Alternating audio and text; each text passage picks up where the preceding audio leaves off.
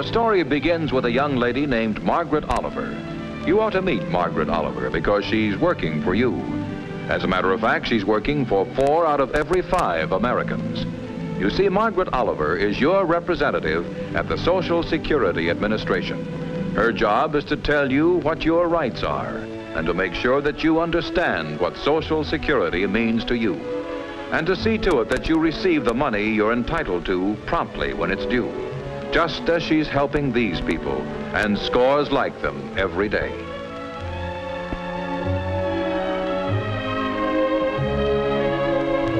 The story of Margaret Oliver's work and your Social Security goes back a long way, when this was a portrait of the future for millions of Americans.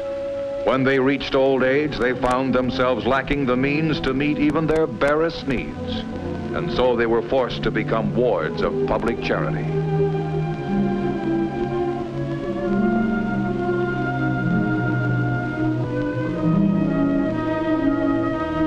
Denied the dignity of a happy, earned security, their declining years became a period of hopeless waiting.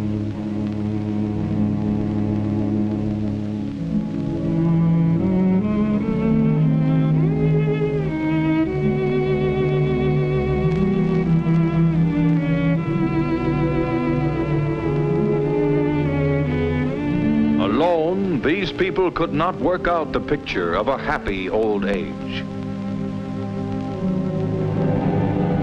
Something had to be done. Something was done. In 1935, Franklin D. Roosevelt put his signature on the Social Security Act. This Social Security measure gives at least some protection to 30 million of our citizens who will reap direct benefits through unemployment compensation, through old age pensions, and through increased services for the protection of children and the prevention of ill health. Then, 15 years later, Congress passed a new Social Security law, a law designed to meet today's needs. Signed by President Truman in 1950, this act gives Social Security a new meaning for you. And so today, this is the portrait of the future, a picture which Social Security helped make possible. Under the Social Security Act, most American families are now able to insure for themselves an income that is guaranteed for life. It's an income provided not by charity or relief, but by federal old age and survivors insurance. Insurance that is bought and paid for. Here's how it works. Old age and survivors insurance is earned by most of us because most jobs are now covered by the Social Security Act. After working about a year and a half, you become insured for the next year and a half. From then on, you're insured for an additional year for each 6 months that you work. At the end of 10 years of work, you are insured for the rest of your life. A special provision in the law makes it easier for people already past middle age to become insured. The amount of work they need depends on how soon they'll reach 65. And if you're nearing 65, or if you've already passed that age, you may need as little as a year and a half of work performed at any time since 1936 to become insured for life. Contributions based on your earnings made regularly by you and millions of your fellow workers, plus equal contributions made by your employers, pay for the program. These contributions are collected by the federal government. The government then holds them in trust for payment of benefits to you and your family. When these benefits become due, the government guarantees regular monthly payments. Payments begin whenever you retire after you're 65, or after you're 75, even if you keep on working. They continue as long as you live. After your death, payments continue to your wife if she is over 65. If you should die while your children are under 18, payments will go to your wife and children no matter what your age was. Or if you have no family and were supporting your parents, Monthly payments will be made to them when they reach 65. Federal Old Age and Survivors Insurance is exactly what the name implies. It is insurance that you and your employer have bought and paid for. This insurance is important not only to you, it's important to your wife, your children, your parents, and it's important to your employer who helps pay the premiums. Who is covered by the Social Security Act? People like these. Most people who work for themselves and most people who work for others. 45 million jobs are covered by Social Security, and the chances are that you will work in one of them. That's why it's vitally important that you fully understand the Social Security Act.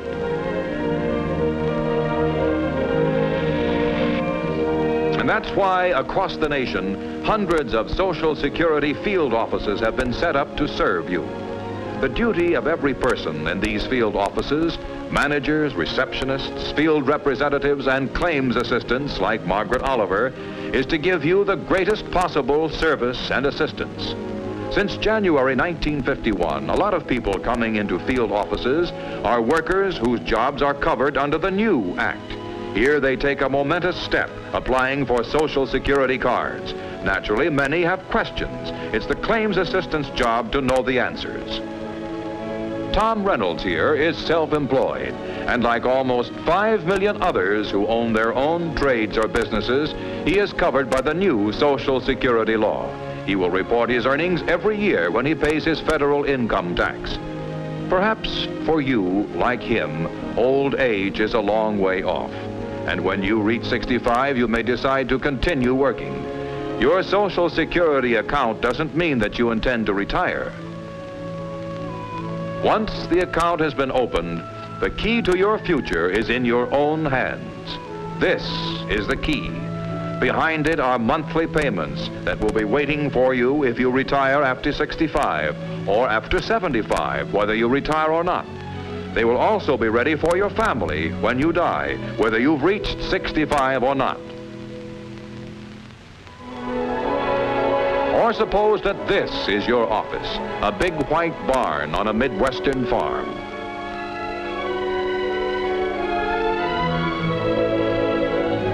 Suppose you're a farmhand, like Alvin Decker here. Then you too probably will be covered by the new law when you've worked regularly for 5 months on one farm. Old age insurance will be mighty comforting when you're no longer fit for work like this. That's why you need to get your Social Security card now. Where? At your Social Security office. Or go to the post office if there's no Social Security office near your home. At the post office, you can get an application for your Social Security card.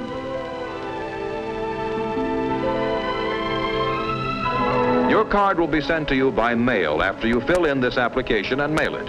As soon as you get the card, show it to your employer. He'll need it on payday, for he must deduct from your salary 1.5% of your earnings as your share of the cost of Social Security. On Alvin Decker's $50 salary, this comes to 75 cents. Any questions you may have can be answered in this leaflet on Social Security for farm workers or by the claims assistant at your nearest field office. That's where Margaret Oliver comes in again. She's here to give you the best possible service and assistance, especially if yours is a job covered by the new law. If, like Mildred Anderson, you are regularly employed as a household worker, your job is covered by the new law. Today, when you add the regular monthly income you're building up through old age and survivors insurance to your savings, you can see a happy future. That's what this card means, in your hands and in the hands of your employer. For the entire success of the program, as far as you are concerned, depends to a large extent on your employer's cooperation.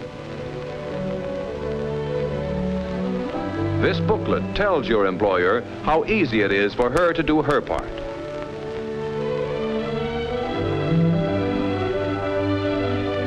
It's just a matter of filling out a brief form 4 times a year, putting the required amount of money into an envelope and mailing it.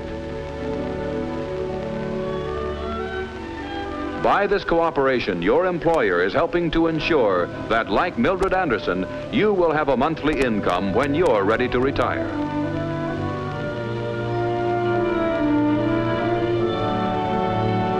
Yes, household workers are now among the people covered by the new Social Security Act. Since it was passed, Social Security field offices are busier than ever before. Millions more workers are insured today than previously.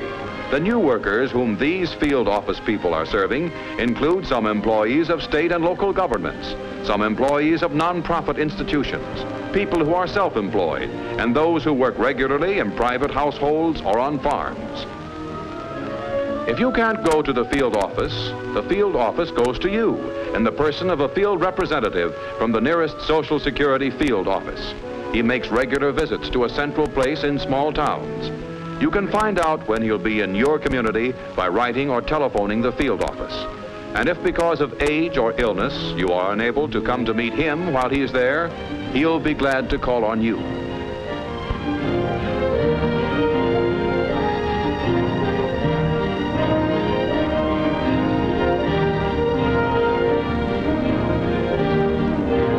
Social Security is a highly personal matter, and the job of the representatives in the field offices is to maintain personal contact between you and your Social Security Administration. Behind them stands an organization that keeps track of your earnings through the years. Its headquarters are here in the Candor Building in Baltimore, Maryland.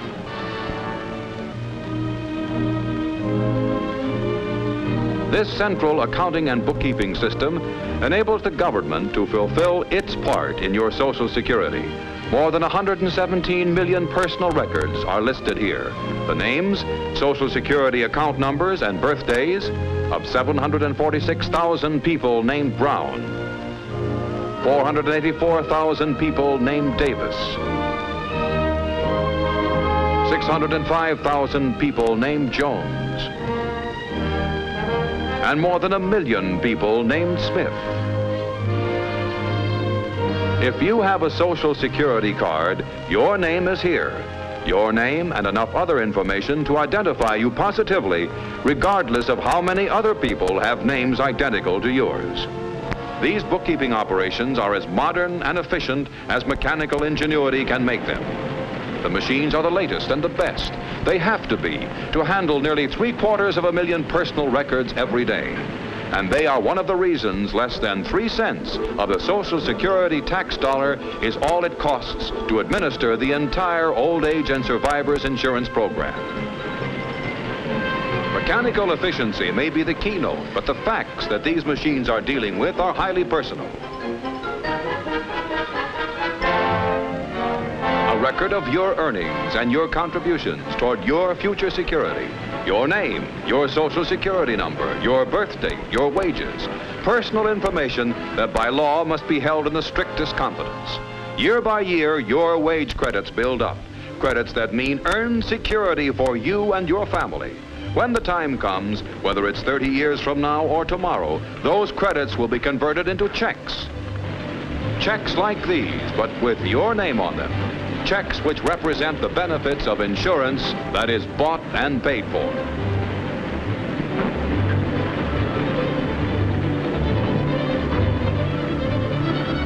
And every month, these checks are put into envelopes by machines, and they go out to people like this.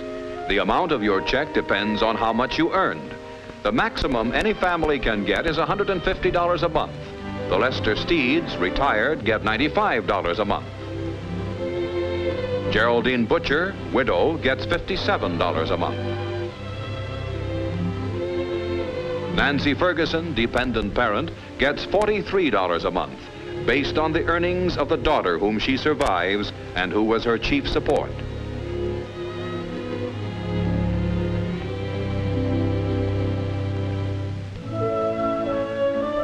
And Alice Winton, widowed mother of 2 children, gets the $150 monthly maximum until her children are 18.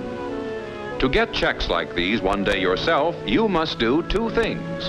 First, like young Alvin Robert Rush here, you must apply for a Social Security card.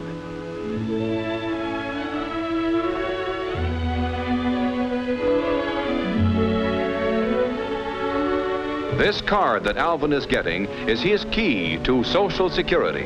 It is his key to a secure old age.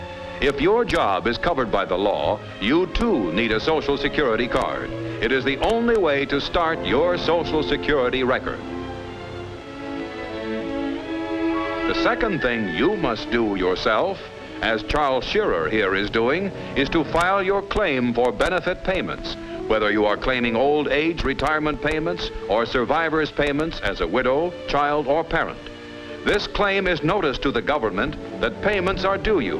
Serving this notice is your responsibility.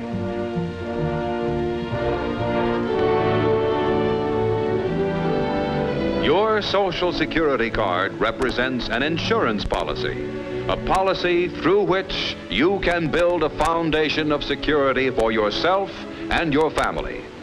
As a person who is buying and paying for this insurance, or as a beneficiary, you are entitled to information, guidance, and service in all matters that concern it. That service is available to you without charge, behind doors like these.